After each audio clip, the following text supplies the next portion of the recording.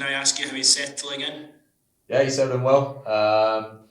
I think what's good about this squad is that everyone's here to get better. So, if anybody needs any extra help or getting up to speed with stuff, obviously we haven't got that long together. So it's all about getting the boys in, enjoying themselves. That's how we play our best rugby.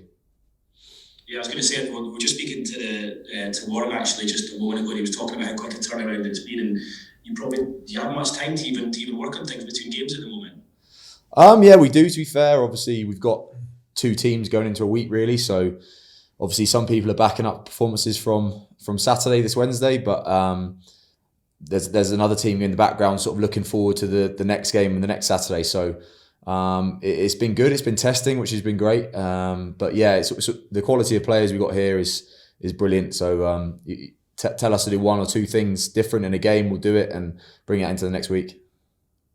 A lot Elliot has said about the different positions you play for the Lions and for England. How do you feel about the positional change for this match on Wednesday for you? Yeah, I love it. I love playing 13, getting my hands on the ball, being able to defend a little bit more, make a difference there. So just looking to go out there and try and put my best foot forward, and whatever the team needs on Wednesday, I'll do. Do you have a preferred position? I'm sure you've probably been asked that question about a million times before.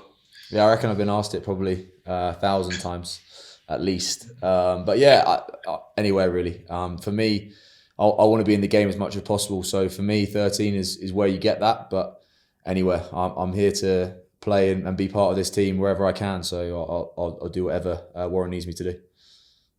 And just finally from me, Elliot, can I ask you, and obviously you've got your hands full with the rugby at the moment, will you get a chance to watch the football on Wednesday as well? I hope so. I don't know what time kickoff is actually, but yeah, we all sat down, watched the sort of second half after the game on the weekend. I think everyone was supporting England, to be fair, which is good. Some of the Scottish lads sort of sitting on the fence, Finn Russell sitting on the fence, but I think we've convinced Hoggy to be an Englishman for a bit. So no, it's all going well. Hopefully we'll get another win, and then we'll have a first final in a while. Thanks very much. Cheers, guys. Elliot, first run out for you and the team on Saturday. How was it at altitude? I know you've done a lot of preparation leading into the tour, but actually being able to actually get out on the pitch, how did it feel? Yeah, it was good. It was testing. I think it's difficult coming off the bench because always when you come off the bench, it's always 100 mph anyway. So I don't know whether the altitude really was a factor in my sort of 20 minutes, but you could tell from the lads that it does drain you. So it's about having to adapt to those situations. But we've been brilliant here. We've been training on the watt bikes in altitude. We've been sort of topping up ourselves just to make sure we're all right when we come to games. And I think we showed that in the way we scored a lot of our points in that second half, how we're adapting to it. We saw on social media, thanks to the Lions Twitter account, a kicking drill. Mako Vunipola obviously didn't get anywhere near landing his kick, but yours sailed through. How have you noticed that these match balls, are they flying particularly further maybe than other ones? I mean, how are they comparing? I mean, yeah, the altitude makes a difference. Definitely, I think you're able to take it sort of back 5-10 meters pretty easily, and then yeah, it's just a different way. It's not just affecting kicking; it's affecting catching as well for the wingers and the fullbacks. The ball's travelling a little bit differently, so it's good that we're training at altitude day-to-day basis just to get used to that. So when we get into games, it's not a shock. Thank you. Hi, question for Elliot, please. It's Chris Foy, Elliot. I'm just wondering about how you think things have progressed for you personally since you spoke about having a difficult start in the Six Nations, and then you seem to have sort of really got up to speed and confidence again, going back to the club, and even though you were playing in the Championship, how much did that all play a part in building you up to feeling in top gear again?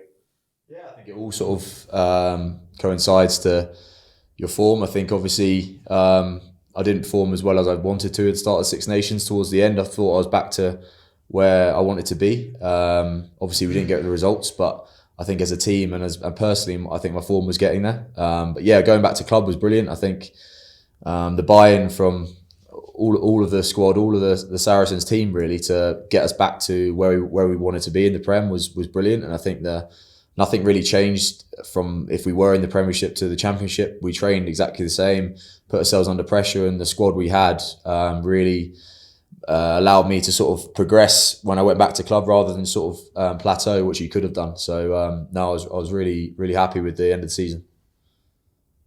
And just finally from me, obviously all of you playing now would be going for test places if you can. What did it mean to you to be part of it in that whole series last time, and what are the main things you remember from that New Zealand series? Oh, it was just amazing. I think the whole experience for me, I think last time I only played sort of 10, 12 games for England and came in and just wanted to train as well as possible, play as well as possible. And I was lucky enough to play in all 3 test matches, which was brilliant. Probably one of the highlights of my career to date. And I want to kind of replicate that again. But obviously that's in the distance at the moment. We need to get as a team where we want to be, attack-wise, defence-wise. So when we go into these games, whoever plays, we're ready for whatever South Africa's going to bring.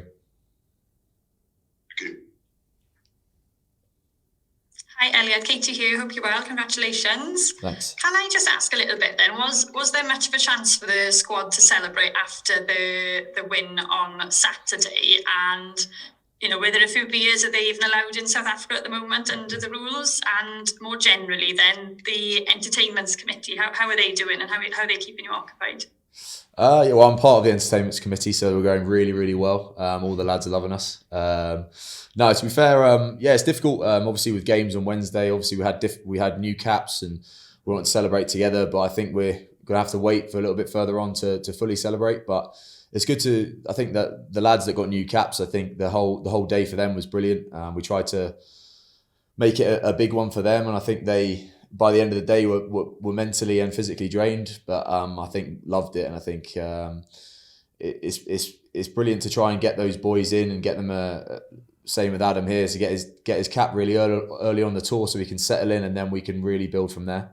I think it's difficult, obviously, with being in Joburg at the moment. We're all in lockdown, where we can't really go outside of the hotel bubble itself, so.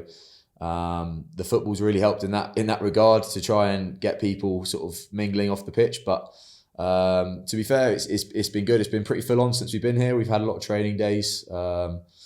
Played a bit of golf yesterday, but yeah, at the end of the day, we're here to win the Test series. So obviously, everything that goes on off the pitch is brilliant to bring us together. But the more training we can do together to really combine those sort of combinations and get us into the best stead going to the Test series. Great, thank you. Cheers. You? Hi Elliot, it's Hugh here. Hello, how are you? Good, thanks, Hugh. On the length of your kicking, you mentioned earlier on, you can take it 5 or 10 metres further back. I know you did a challenge recently with World Rugby. I think you got up to about 65 metres at the sea level of St Albans. So what do you reckon your maximum length will be of kicking in altitude? Don't know yet. Obviously, we get sort of practicing. I think me and Hoggy are pushing pretty close for each other at the moment. But yeah, it's different. It does fly a lot further. You think you're a lot further out, but the ball just seems to keep going. So it's kind of making sure when you're that far back that you don't really try and whack it, if that makes sense. Just try and back the distance that you've got. And then just get the strike right. If you get the strike right, it goes straight, then it's got a chance of going over. But I think trying not to change anything. Obviously, yeah, we're looking around the 60 mark, but we'll see going into Test matches. Do you feel that's a weapon in your armoury in terms of Test selection? Do you think that's an extra thing that's going to push you forward for when it comes around to the Tests?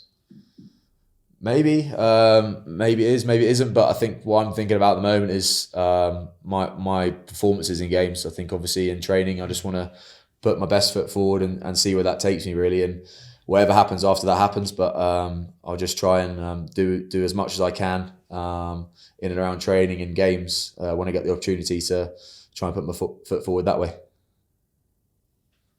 Fantastic. Thank you, gentlemen. Thanks, guys. Thanks, everyone. Cheers, guys.